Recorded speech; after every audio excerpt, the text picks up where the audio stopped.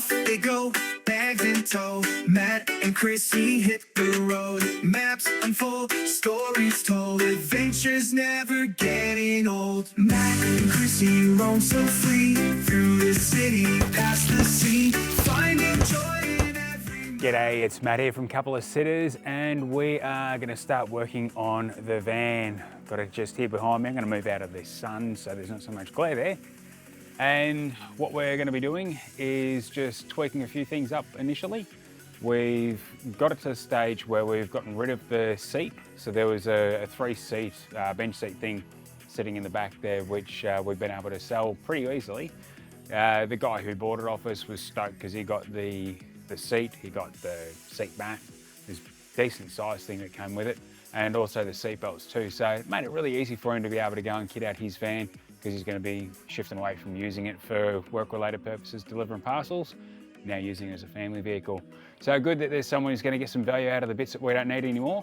We've picked up bits that someone else doesn't need anymore because we've got a way that we're going to be approaching it, and we're going to set this up as if it's a combination of a mobile home and a studio/office. So there's a bit of work to do there.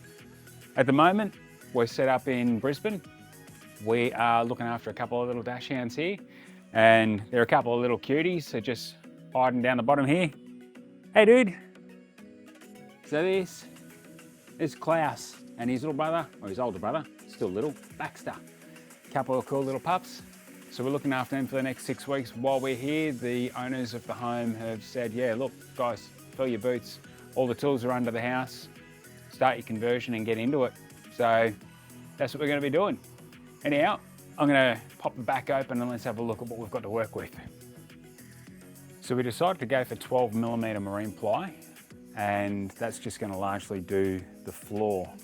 And we've picked up a second-hand cargo cage or a cargo barrier, and we're going to modify that so that it can be utilised as a wall partition as well as a frame for us to be able to attach the monitors that we use onto that. So yeah, let's get into it and we'll see how it's going to work.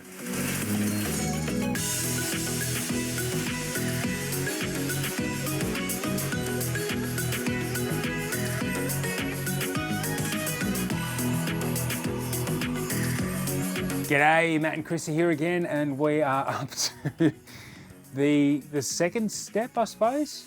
We've been fighting with this freight cage, trying to figure out how the hell do we get this in, considering it didn't come with any instructions, just a bag of bits and the cage, and it was out of a commuter, which would have had different anchor points to what we've got. Yes. So anyway, Matt's original idea, because our van life might look a little bit different to some people's van life, because many people are doing it and not requiring to work. However, our van life is going to revolve around us living and working in the van. Yeah. So Matt's idea is that we would, originally he wanted to cut the center out of the caddy. Pretty much from here around, so that'll give us a little entry-exit point. And then we are looking to mount our monitors for our computers up on there, which will have multiple purposes, obviously for work as well as potentially entertainment. This has been entertaining. This in itself has been entertaining. However, on re-evaluation and putting it in there, we've now decided that we're going to hold fire on cutting out the middle and leave it intact and see how we go. Because in reality, it can stay like this and not be an issue, but once we've started chopping it to bits, that's it, there's no turning back. Yeah, that is so true. So we have noticed that towards the front, I'm going to bring the camera up and show you. Let's have a look at this bit. All right, so Chrissy, you want to talk us through this bit here? How are we going to tackle the fact that there's a rise here? Yes. So what we're thinking is we'll cut this portion out of where the wood is going to go, and then we'll smooth it out underneath. And then when we put the vinyl in, the vinyl will come up to meet there. It's not an area that we'll be able to step on because the cargo barrier is going to be there. Yep. One of the benefits to using the cargo barrier as well is that there's obviously a lot of opportunity for us to use this to fix things too. Yeah. So we don't quite know what that looks like just yet, but that's kind of where we're at for now. I think the fact that we're going for a solid floor, and we both enjoy being comfortable when we're working. Having the capacity to have a decent chair in here, not just a fold-out bench, which is going to be very limiting with, you know, probably poor lumbar support over a normal work day. So getting a normal, like, proper office chair, maybe one that doesn't have casters so that it's stable. I'm thinking feet. maybe the flat feet Yep. would be better. But I don't love the idea of being in a vehicle that moves around and having wheels going everywhere. Well, even like a slight 2 or 3 degree incline, if we're slightly on a hill, you'll feel like you're constantly having to pull yourself towards the desk. So if it's on feet instead of casters, that's going to be a huge help. Part of the reason why we've gone for this solution is Matt's 6 foot tall, I'm 5'5", and so obviously we need to be at different heights when we're working. So what Matt's idea was, and I think this will work really well, is we get a table that has hooks on it, and we can then choose how high we want our table. So Matt may need his further up, I may need mine further down, and that way we can just position it to our needs. So that's kind of where we're sitting as far as having our laptop table. I think airline, like, fold down table sort of setup, but not permanently fixed. But that fold down capability where there'll be a support that will run from the bottom up to the base of the table, so on a 45-degree angle maybe, and that just acts as a support for the table. So imagine the end of the table is here and the cargo barrier is here. So an angle that comes down that provides that support, it's not going to get caught and trapped under our knees and cause issues like some of the other ones that we've seen. But towards the back end, it's more about having a hook mechanism that bolts onto or latches onto the current frame of the cage. And that then gives us the ability to step up by about 3 to 4 centimeters. In fact, they look like maybe closer to 45mm differences from one step to the next. So I think that's still pretty generous. It gives us enough scope to be able to adjust the height for our individual needs reasonably. Yep, I agree. So next step is we're going to start working on the floor design and figuring out how we're going to cut our timber so that it fits nice and snug. Yeah. So we'll keep you posted.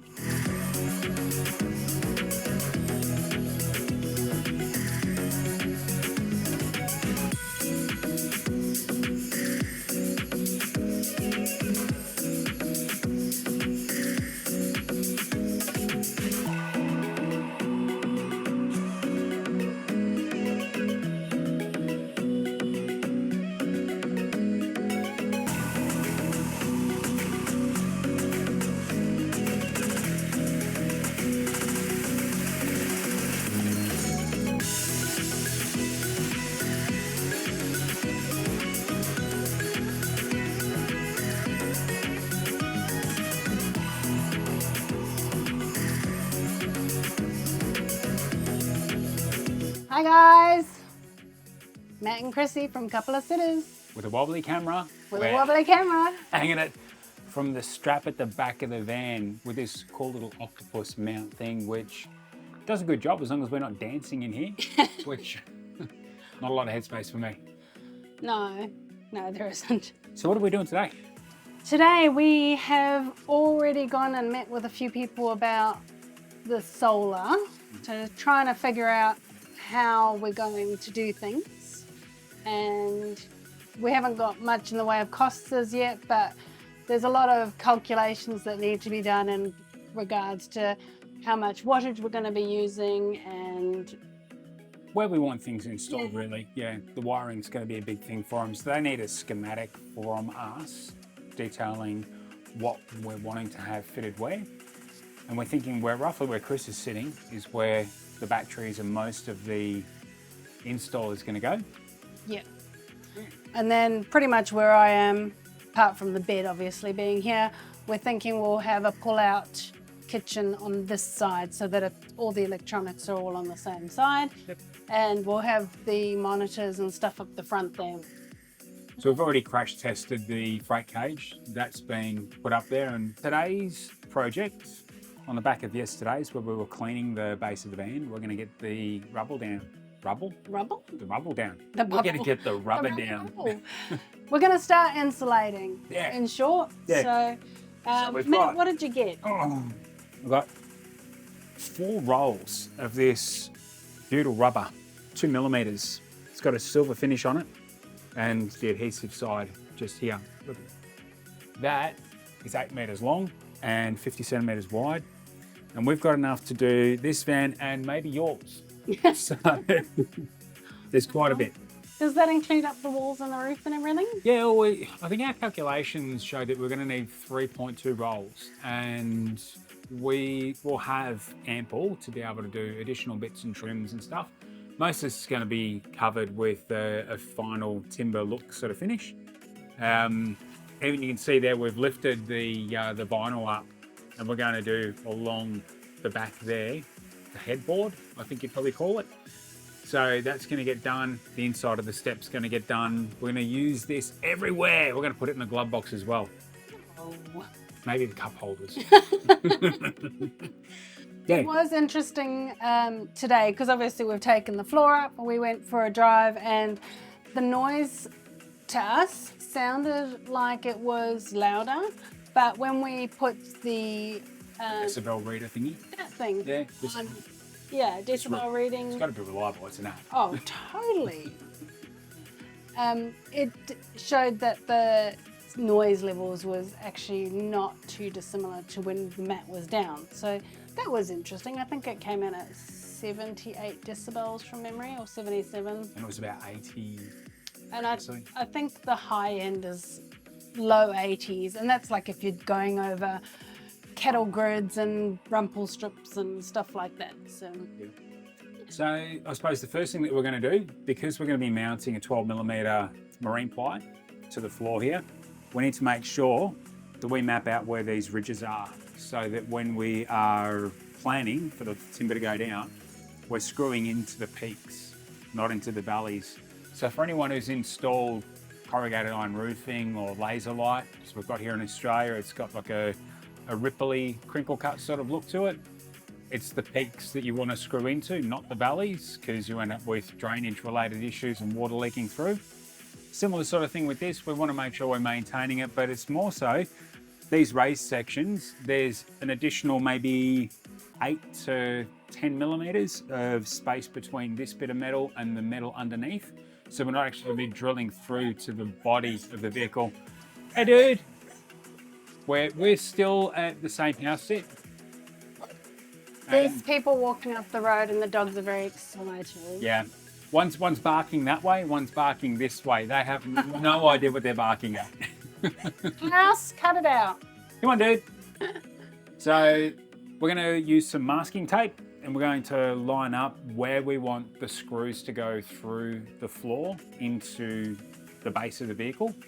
Thankfully, there aren't too many voids that we need to worry about backfilling. A lot of this is raised along the edges, which is perfect. There are some sections like just back here behind Chris's leg and near her foot and just here where it's sort of double width, but 12mm marine ply, it's got some real body to it. We're not really going to need to worry about bulking that up, I think, because that'll be fine. What we do want to make sure that we plan for is when we lay the timber, we want to make sure that one of these ridges acts as the point at which the two pieces of timber go down and they meet, because there'll be one on this side that'll come roughly 1.2 meters across, and one on the other side that'll act as the backfill. So we'll use the straight edge on both of them to be able to make sure they line up. But key thing, I think this strip here is probably going to be the one that we'll line it up for, to make sure that that is the foundation for the join, so that we're not stepping on a join that's over a void and having potential flexing and separation. Yeah, for sure. So the first piece of timber is going to take up a lot of the space that Matt's actually in, so approximately Come from about here, won't it? a little bit further over. So Yep. probably not quite halfway to the Here are your emergency exits. Kick that window out. About halfway to the rear hub there, and it'll obviously come across here, and it'll probably take up, as Matt said, up to this join here and go all the way to the front. Yeah. The second piece we'll have to cut into multiple pieces. That'll take up this length along here up to midway of this hub, and then the next part will take up the back. So given that it's 1.2 meters, 1.2 sits on this ridge here, and that ends up with a void up ahead there, which I'm not really very happy about. So we'll aim for this one here. That's going to be our center point for our two pieces to join over the top of. So what's the distance between this wall and that ridge, approximately? All right, we are looking at, if we aim for the middle of the ridge, about 620 millimeters. Right. So that's what we need to cut for the thinner piece, and then the other side we have About 1100. we have a bit of play, which is great because of course on that side we are planning to use some of that step area as an area to build a box where we can put our shoes and a few knickknacks and to keep them out of the way. Also, we don't really want to be wearing shoes inside. It reduces us having to clean all the time. So that's the plan over there. Yep. And because that side, there's lots of curves and bumps and the doorway, obviously, it does give us some stuff to play with, which is excellent. It's great, yeah. So we'll work on getting that stenciled out a little bit later. We'll have our measurements sorted out, and we're going to start off, I think, by using masking tape, some little tabs, and lining up where we want our screws to go so that we're drilling through, as I said, into those ridges, into the peaks. We're going to train the dogs how to howl at the ambulance when they come past. So we're going to drill into the peaks, not into the valleys. So there'll be some measurements to do. We'll figure it out. But for now, we're going to fast. We're going to fast? We're going to. Oh my God! Not in this confined space. Don't wish that on yourself. No, thank you. We're going to fast track this a little bit for you, so you don't have to sit there and watch us like physically measure all this stuff out, because that'd be boring. Yeah, boring. We'll speed it up. So get ready for possibly a montage. Definitely, 1,500 times speed, all that sort of stuff. It looks like I'm moving fast and working fast. Trust me, I'm not superhuman. I don't move that fast normally. Dang. So you should be grateful for that. Some things need to be done slowly. I agree. All right, we're going to get into it.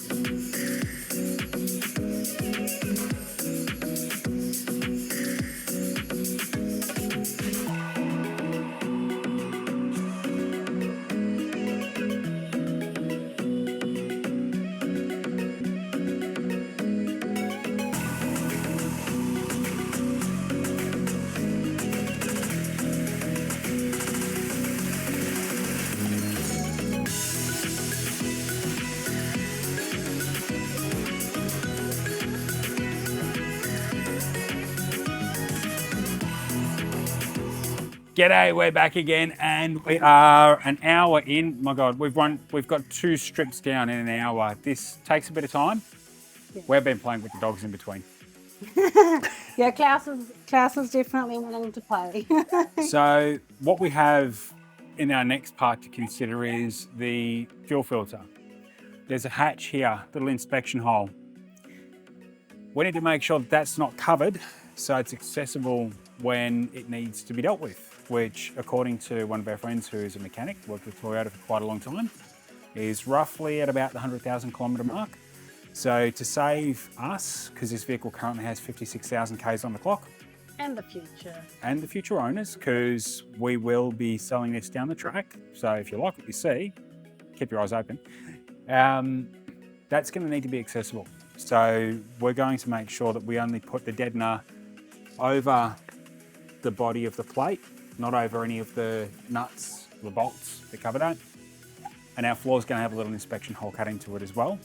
That'll be suitable for being able to access that. So thinking forward. Make sure you plan ahead. We did speak with one guy who does these conversions, He charges a pretty fair price, I suppose, compared to what there is out there in the market. But that was one thing that we noticed with his builds that he didn't do. And after having a chat with him about it, he's redesigning his approach and he's planning in a little inspection hatch. Yes. So glad we could add some value. And Domo, thank you for bringing that to our attention, because that could have been a very, very expensive mistake and one that would be quite challenging to come back from. Yes, so just to catch you up on that one, normally when they need to get into that inspection filter area, it'll take about 15 minutes for them to go and do everything they need to. Via this top rail. However, if they can't get to it and they need to go underneath, it could take 3, 4, 5 hours. They don't know. Yeah, well, you've got to Difficult. drop the fuel tank out. There's wiring and all sorts of stuff going on down there. Yeah. So, oh yeah. Don't be surprised if it's $120 an hour, plus parts, plus blah, blah, blah. So those of you who have gone and bought a converted camper van and there is no hatch to be able to get to the fuel filter, get ready for it. It could be very expensive. Yeah. Sorry, we did this as soon as we could. So Well, we did it as soon as we knew about it, so hopefully whoever's done your fit out has thought about that and done the right thing by you. yeah. And unfortunately, the people who are doing these fit outs, they're not knowledgeable with the mechanics in a lot of cases. They're knowledgeable with carpentry and cabinet making, and that's their niche and they're great at it, but maybe check a few bits and pieces like this, because it could end up costing you. Yeah. Cool. We're going to get back into it. Yes, lots more to do. Ready for fast forward again.